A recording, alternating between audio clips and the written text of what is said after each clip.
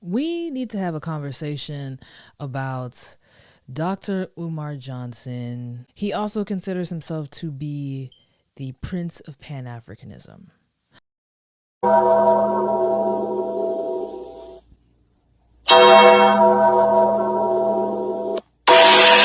have mercy, another coon. Damn coons.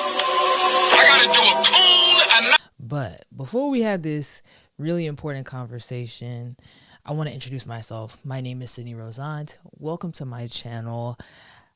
I also have a podcast, so go listen to those. It's pretty interesting content. And watch all my videos because I feel like it's entertaining, me personally. All right, but let's get into it. If you don't know who Dr. Umar Johnson is, in 2020, during the Black Lives Matter movement, he became really popular, not in mainstream media, but more so just like in popular culture. He is memed a lot. Why do you need white man paperwork? Lord have mercy. Lord have mercy. I wish some of y'all would put a blindfold on and walk out in the middle of the street. That's what I wish for some of y'all. Put a blindfold on and just walk out. You're no good to nobody. You're useless.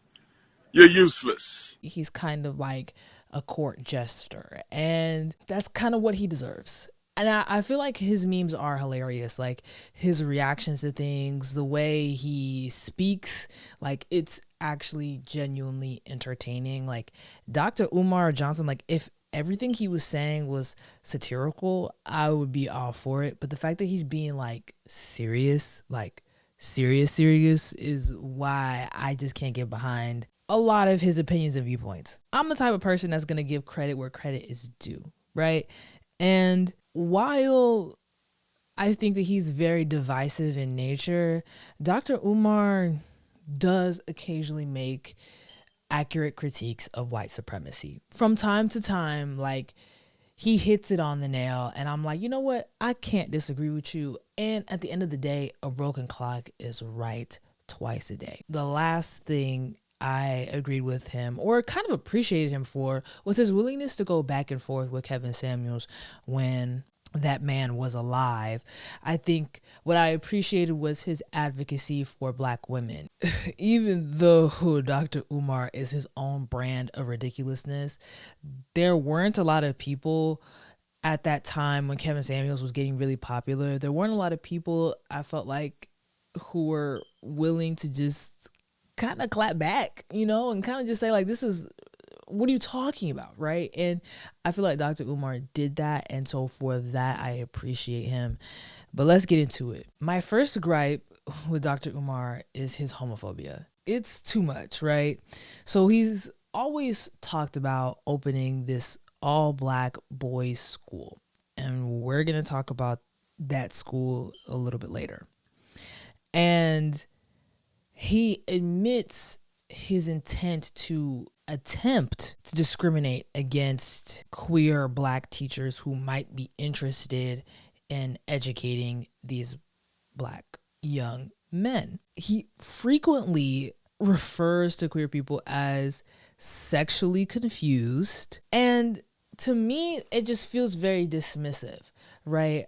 As a heterosexual woman, I don't know the experience of queer people, and so I cannot tell a queer person what their experience is and if their experience is legitimate. I can't do that, right? That's not my place. And the fact that Dr. Umar feels comfortable doing so is really frustrating. And the excuse that he cites for his homophobia is based on, honestly, misinformation. Don't let the fact that this man is a doctor fool you, because he's okay. He's completely okay with lying to push his narrative. His excuse for his homophobia is that no African communities recognize homosexuality. And that's just simply not true. Okay.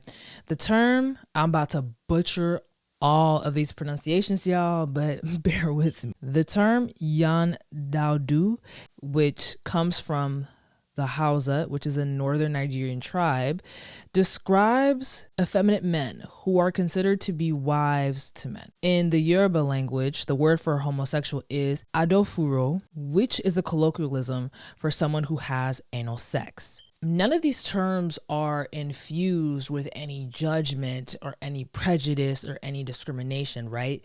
They are acknowledging that in this society, homosexual people exist, right? And that there is a word for it. So for Dr. Umar to suggest or to assert that no African communities recognize homosexuality, that is a lie.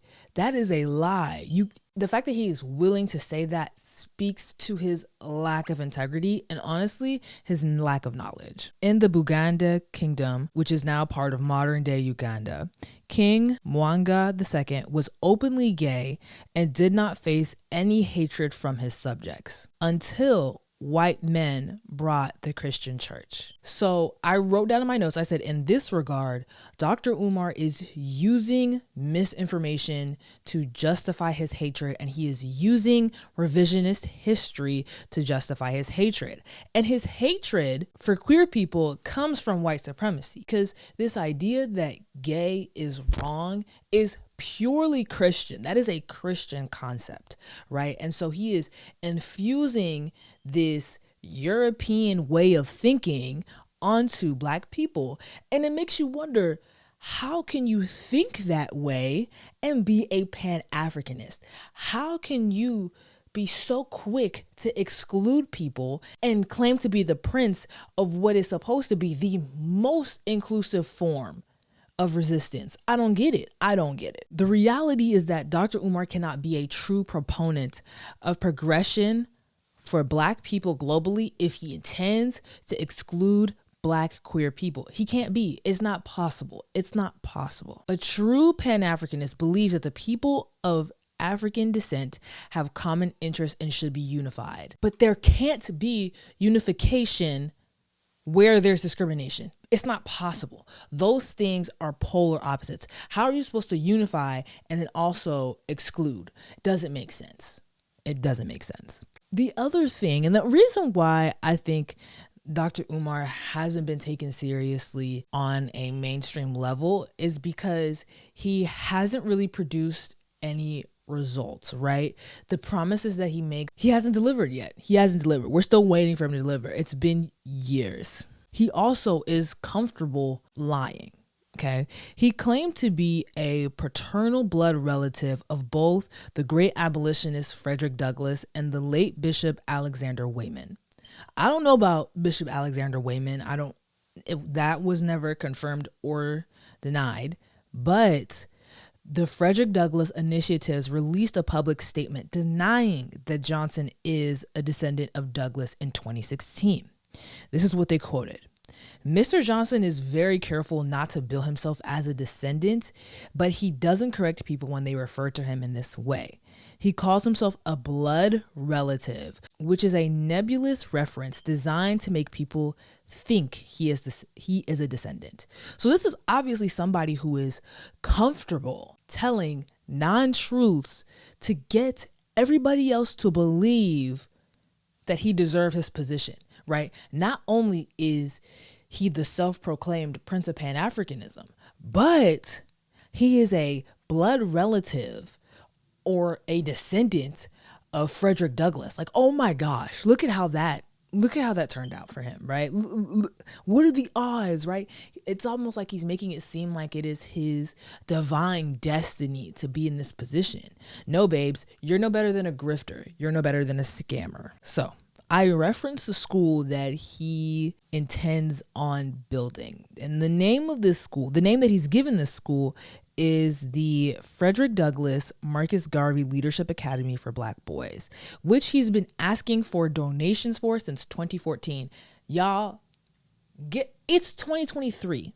Happy New Year's, by the way. It's 2023, and he's given some updates about the school, but like, it's been 9 years. Right, where are the donations going?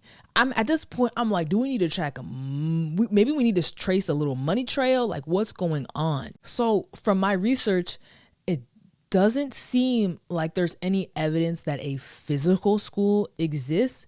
He does have a website for the Frederick Douglass Marcus Garvey Leadership Academy.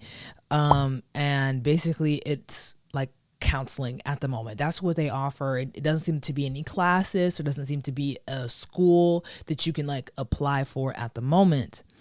So I did a little bit of digging, and in 2019, someone reached out to the Delaware Department of Education to determine if the department had received an application to open a school by the name of Frederick Douglass Marcus Garvey Academy. So in the email that they sent back to this person, they said, "Thank you for your message.